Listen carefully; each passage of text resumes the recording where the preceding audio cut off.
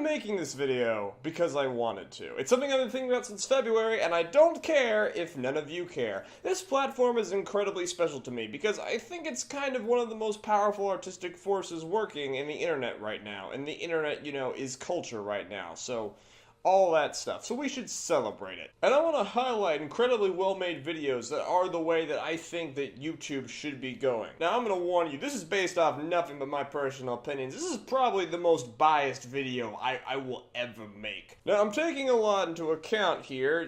Editing, writing, how good the video is, what's its topic, what's its, scope, what's its ambition. But, probably the biggest factor is going to be like, these are the videos that I've just been compelled to watch over and over and over this year. And these are the videos that have impressed me the most. Now, obviously, another huge factor is like what I watch. There's probably hundreds, if not thousands, of awesome videos that came out in this site on channels I've never even heard of. Recommend your favorites in the comments. This format also, it kind of celebrates people who've put out one big video and not people who put out a very strong, consistent product that's made up of, not so impressive parts, like Jim Sterling or Philip Franco. And that said, it's kind of the system. Other rules are no repeating creators. It has to be designed for YouTube first, so like no music videos or anything like that. Also, please don't focus on the specific order of this list and get super angry about it. All of these are god tier videos that you should watch. Finally, I'm going to try and explain why all of these videos are important to me, and at the same time, y'all are going to learn a lot about where I spend my time on this gosh darn platform when I'm not watching League of Legends.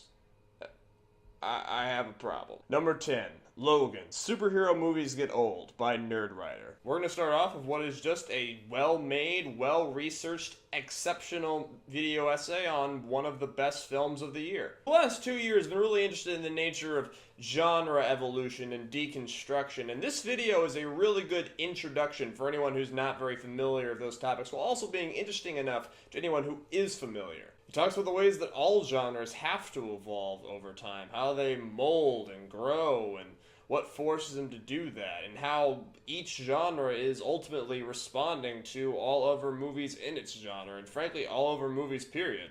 And like all of Nerdwriter's best videos, it explains all of this in less than 8 minutes without losing a hint of depth. Good stuff. Number 9, Election Watch 2017 by H. Bomber Guy. You know something that's boring, dumb, that I don't care about?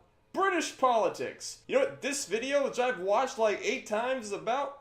British politics. This slot was going to be filled by Bomber Guy's Sherlock video, which was also comprehensive and fun, if a little bloated, but then this video just took me by surprise, and I watched it a whole bunch of times, and that frankly set the Darling and the Franks video back probably a solid 5 hours, because I edit one video while working on the script for that one. That's how that worked. I actually wrote this part last. I like list videos, because you can do that. I'm getting off topic. I've always thought that H-Bomb thrived in his shorter videos that were snappier, didn't have a chance to get bogged down. This is a perfect example of that. I mean, the intro of this video alone is more entertaining than most videos I've ever seen. This guy obviously has a lot of passion for this topic, which is obviously very near and dear to his heart. And that passion alone would have made this video persuasive without the cavalcade of evidence and the mountain of footage he uses. And I would be worried that including this video would make y'all make some assumptions of my own political beliefs, but I have the blessing of knowing that y'all all did that the second I opened my mouth, so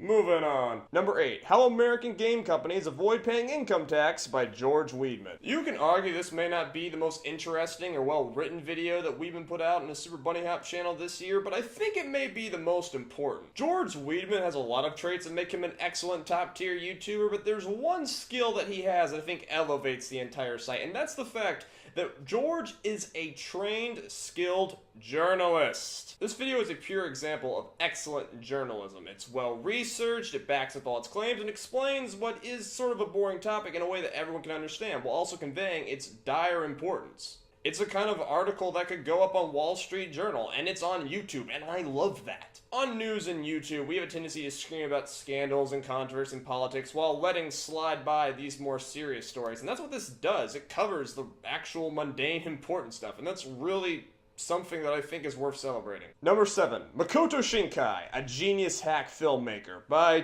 Digibro. You know, 2017 arguably wasn't that good a year for Digibro's main channel. I mean, it was a great year for him as a creator. He released a full album, restructured his Patreon, got his life under control and in a really great spot.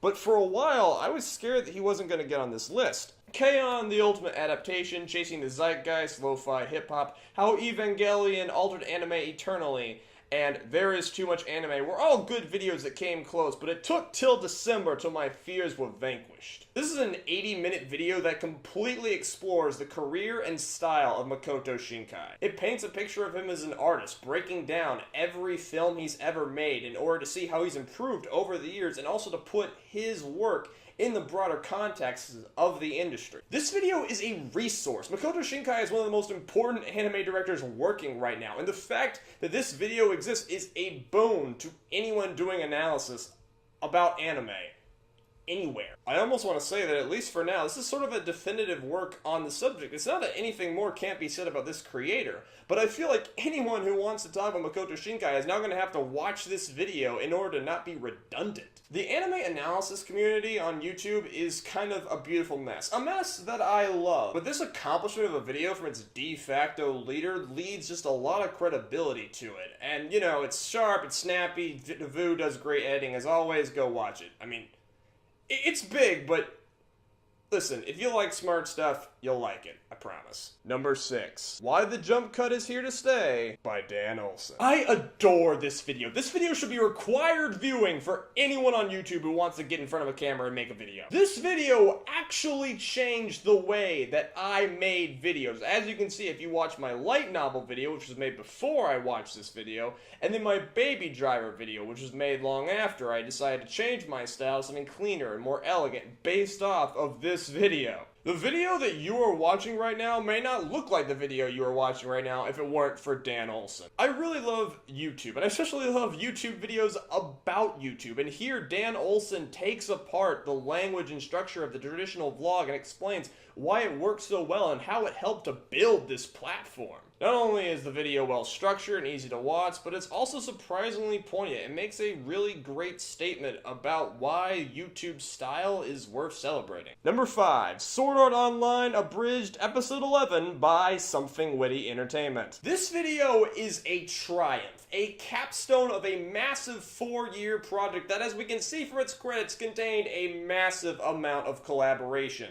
And that team wrapped up the first season of one of the greatest shows on YouTube. This video was what every episode of this show was. Gut-bustingly hilarious, incredibly well written, and surprisingly emotionally powerful. It wrapped up every character arc beautifully and concluded with an amount of weight and power that was something 100 times greater than the original show could even dream of. I have a lot more I could say about this thing, but I have other places to do that, so let's move on. Number 4, Mel Brooks, The Producers, and the Ethics of Satire About the Nazis by Lindsay Ellis. In the last year and a half, Lindsay Ellis has become the undisputed champion of analysis YouTube. She put out so many great videos this year, weaving together a great analysis covering so many disparate and sometimes controversial topics, but I don't think any video this year was as great and as brilliant as this one. In this video, Ellis fully contextualizes the life, career, and comedic style of Mel Brooks, explains how World War II was portrayed in cinema over the years, looks at the ethics and nature of satire, explores how media influenced the new alt-right movement, and addressed the incredibly nebulous world of offensive humor on the internet in 40 minutes that fly by. I could not stop watching this video the week that it dropped. The way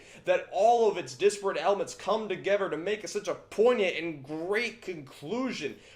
This is the video essay that I dream about making. And once again, Ellis has proved that she can deal with complicated and sensitive subject matter with a ease and elegance that puts her at the top of this community. Number 3, History of Everything, I guess, by Bill Wirtz. See? I can be fun. This is a video with 36 million views. Let's do it. Let me be real with you. In the week after this video dropped, it dominated my life. I watched it so many times. I would put it on loop for hours and just listen to it. This thing was hypnotic, and a lot of its little jingles became memes for me and my family, like my favorites being, "Except turkey, turkey makes a brand new turkey. and is loving Jesus legal yet? 2017 was a year that had me constantly learning new editing techniques to make these videos look better, and even though I'm still a novice, I have just enough skill to be able to somewhat grasp how much work went into this video. Between the fully animated MS Paint drawings, the constantly dropping in and rotating pictures, the great text drops, and the fact that everything is timed on a central rhythm that makes the whole video fly by means that this video took probably hundreds of hours to create. And the fact that it also stands as a brilliantly, historically, and scientifically accurate educational tool, as well as being intensely entertaining, is a massive accomplishment for this platform. That also probably took dozens of hours to research, and as a science and history buff, I can tell you that this video explains, like, the history of the universe in ways better than probably a good chunk of college classes. If I had to find any faults with this video, I'd point at the few insignificant inaccuracies and the fact that the language keeps it out of a classroom, which frankly is where it belongs. Bill Wirtz proved that with enough talent and hard work, the best education and the best entertainment can be the exactly same thing, and that is worth celebrating, my friends. Alright, number 2. This is probably the most biased pick on this entire list. The Plebe and the Weeb, Season 2, Episode 2, The Brave of the Six Flowers, by Endless Jess. Listen, I don't think that there was a video that came out this year that I was more surprised and elated to see than this video. Fans of The Plebe and the Weeb have waited 5 months since the last installment, and the meta-narrative surrounding the show had gotten so muddled that a lot of people feared it would never come out. So when this thing dropped without any notice around like 6 at night and then turned out to be like one of the greatest things ever, it was a pretty transcendent experience. I found myself laughing non-stop, hanging on to every word, and just having an incredible time with this just amazing construction of a video. Now at first it looks like I'm cheating, because this video does feature Digibro, and he already got his due on this list, but what makes this video truly special is the fact that it was fully edited and was the brainchild of Endless Jess. Endless Jess is one of my favorite creators, but he's hard to talk about for a lot of reasons, so all I'll say is that he's boundlessly creative and that he can do comedic editing better than pretty much anyone except for like maybe Demolition D+. The content of this video on a base level is somewhat boring.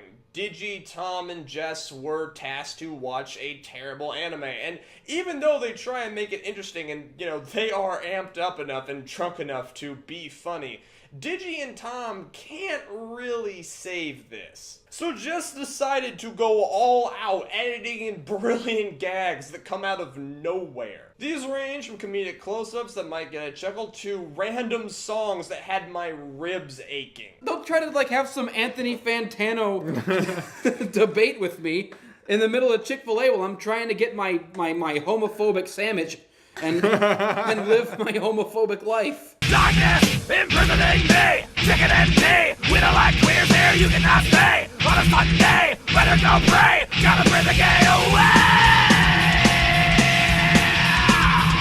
Random raps are cut in out of nowhere as the video devolves into fervor and just sheer madness, and there's this one 5-minute sequence that comes out of this stupid and awesome line that goes on forever, and I love it, and it just transforms slowly into this scathing, brutal rap sequence that I will not spoil. This video will keep anyone on their toes for its entire hour runtime. Even if you don't watch anime, even if you've never heard of Endless Jess, please check out this video and then watch the rest of The Plebe and the Weeb. It's really brilliant. So it's great.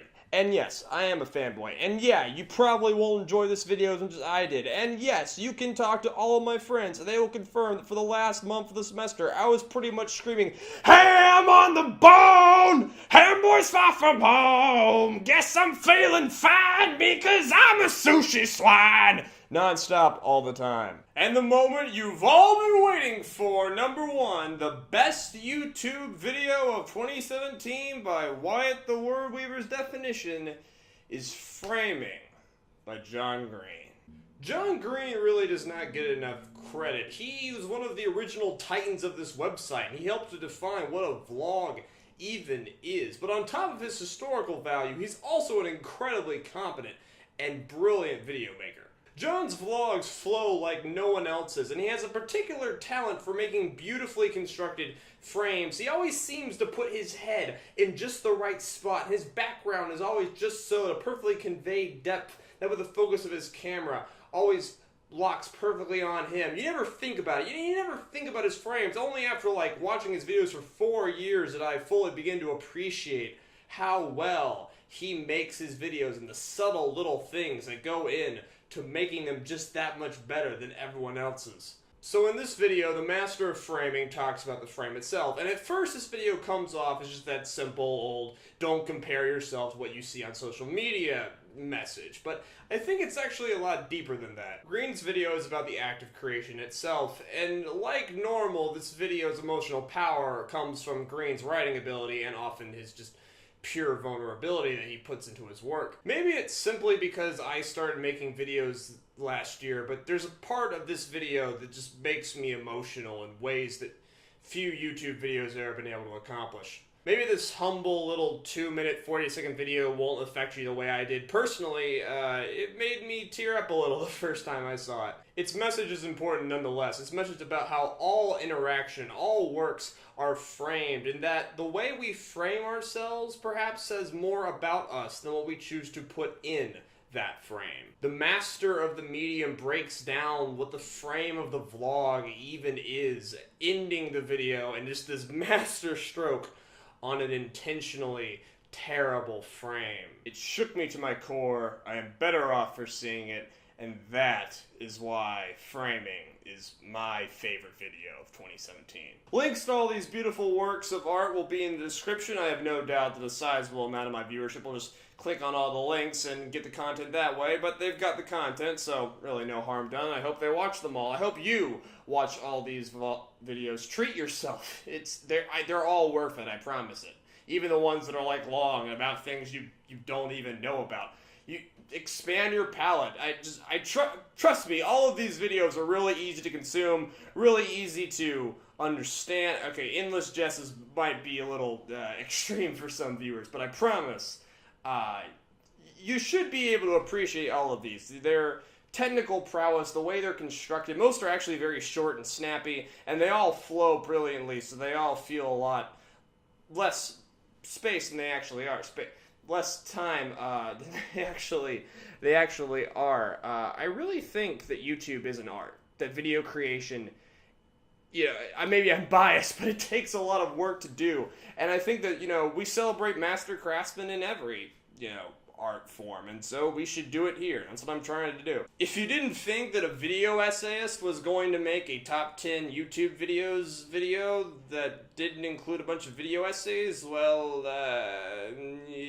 get out. If you didn't like the content of the list, the only thing I can tell you is make your own list. Put it up. Again, I'd like all of you to put what you thought your favorite videos were for this year and link them in the comments. Maybe add a little blurb of why you thought it was great. We should celebrate these things, and maybe I might find one that I'd like to put on this list. There's the Twitter, there's the email. So far this year, I've been getting out like a video a week. Hopefully going to continue that. Maybe we can speed it up. The videos are going to get even bigger, even better from here. I really want to get some bigger ones out, just nice and juicy, and all these new editing techniques that I keep mentioning that I can use and show them off. I'm going to go get on that. Y'all be good.